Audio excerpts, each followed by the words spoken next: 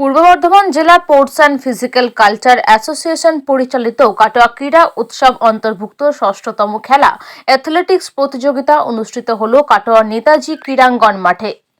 100, 200, 800 metre দৌড়, লৌহ বল নিক্ষেপ, লং জাম্প, অঙ্ক দৌড় সহ 34টি ইভেন্টে কাটোয়া মহকুমা পূর্ব বর্ধমান জেলা থেকে 16টি বয়স বিভাগে 265 জন ছেলে মেয়ে অংশগ্রহণ করেন।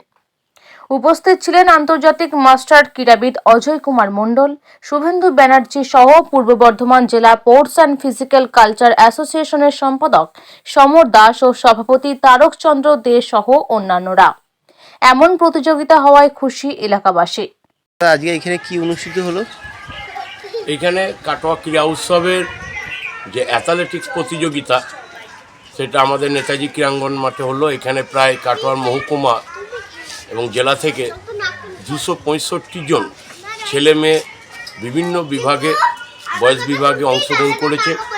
আমাদের এখানে আজ 50 মিটার দৌড়, 100 মিটার দৌড়, 200 মিটার দৌড়, লং জাম্প, শর্ট পাট থ্রো সহ বিভিন্ন প্রায় 35টা ইভেন্টে 265 জন মতো আজকে এই প্রতিযোগিতায় অংশগ্রহণ করেছে। আমাদের উদ্দেশ্য সেটা হচ্ছে অন্তর্নিহিত প্রতিভাকে তাদের লক্ষ্যপথে এগিয়ে নিয়ে যেতে। আমরা চাই যত ক্রীড়া প্রতিভা, যত ক্রীড়া আমরা নিয়ে আসতে পারবো, খেলাধুলায় নিয়ে আসতে পারবো, তাদেরকে আমরা যত সহযোগিতা করতে পারবো এবং খেলোয়াড়দের যত এগিয়ে নিয়ে আসতে পারবো, তত আমরা আমাদের যে সংস্থার মূল উদ্দেশ্য খেলোয়াড়দের আরও বেশি করে মাঠমুখী করা, সেটাতে আমরা সফল হব। সেই সঙ্গে বলি, গত বছর আমাদের 970 জন পার্টিসিপেন্ট হয়েছিল। এবছর এখনও পর্যন্ত প্রায় 1200 ওপর ছাড়িয়ে গেছে।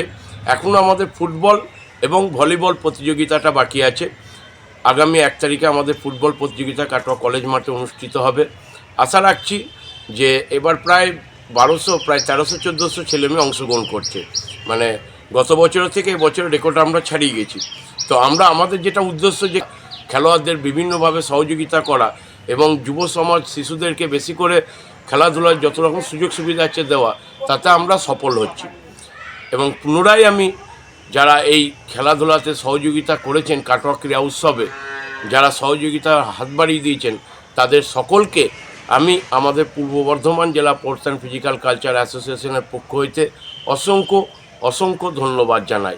আপনাদের সহযোগিতায় আমরা এত বড় একটা ক্রীড়া উৎসবকে সফল করতে পারছি।